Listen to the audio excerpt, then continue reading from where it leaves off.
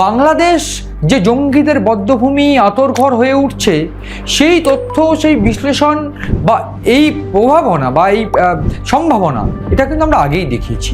কিন্তু এর মধ্যে যে বিষয়গুলো বারবার করে ভারতের জন্য বা সাউথ ব্লকের জন্য চিন্তার, সেইটা হলো বাংলাদেশে কিভাবে এই জঙ্গিবাদ প্রশ্রয় পাচ্ছে।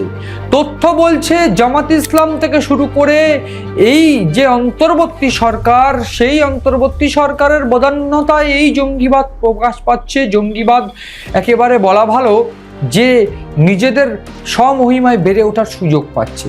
কিন্তু এইখানেই প্রশ্ন যে এই গোটা ছকে আর কারা কারা জড়িত, কিভাবে এই ব্লুপ্রিন্ট তৈরি করা হচ্ছে।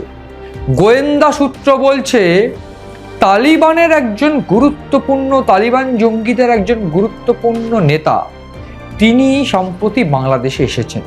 তিনি বাংলাদেশে এসে বিভিন্ন মাদ্রাসা ঘুরে দেখছেন।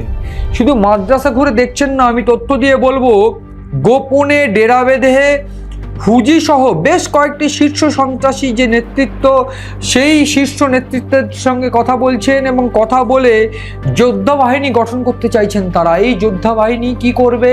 তারা এই সেভেন সিস্টার্স সহ বিভিন্ন বিচ্ছিন্নতাবাদী আন্দোলনকে লিড করবে, বিচ্ছিন্নতাবাদী সন্ত্রাসবাদকে তারা লিড করবে। এই যোদ্ধা বাহিনী তৈরি করার জন্য সেই নেতা থেকে শুরু করে এই হারকাতুল জিহাদির অন্যতম নেতা আবু সায়েম খালেদ, তারা বিভিন্ন মাদ্রাসায় যাচ্ছেন।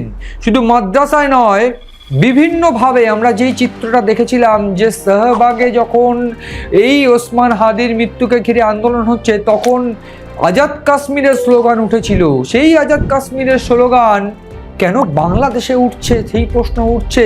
একদিক থেকে পাকিস্তান, একেবারে অপর প্রান্ত পশ্চিম প্রান্ত ভারতের, এবার এই দিক থেকে পূর্ব, এই দুটো দেশ অর্থাৎ পাকিস্তান এবং বাংলাদেশ, এই দুটো দেশ যে পরিকল্পনা করছে, সেইখানে কোথাও গিয়ে কাশ্মীর যে একেবারে খুব কনস্ট্যান্ট, সেই প্রমাণ কিন্তু মিলেছিল। এবং ঠিক সেই সম্ভাবনা সত্যি করে বাংলাদেশে এই হুজি থেকে শুরু করে এই হারকাতুল জিহাদিদের যে জেরা প্রশিক্ষণ চলছে, বিভিন্ন মাদ্রাসায় গিয়ে সেই জঙ্গিদের বাছাই করার কাজ চলছে, সেটা অত্যন্ত গুরুত্বপূর্ণ এবং ভারতের কাছে, সাউথ ব্লকের কাছে উদ্বিগ্ন হওয়ার মতন বিষয়।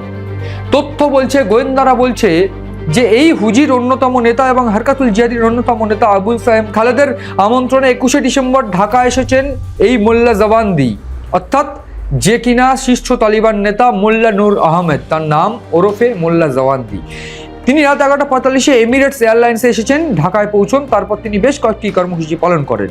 তার সঙ্গে ছিলেন খেলাফত মজলিস, বাংলাদেশের খেলাফত মজলিসের আমির মাওলানা মামুনুল হক। এই আমির মাওলানা মামুনুল হক, তার সঙ্গে বেশ কয়েকজন ছিলেন। আমি বলতে চাইবো মাদ্রাসা শিক্ষক বেফাকের মহাসচিব মাওলানা মাহফুজুল হক, এছাড়া হারকাতুল জিহাদের অন্যতম শীর্ষ নেতৃত্বরা ছিলেন।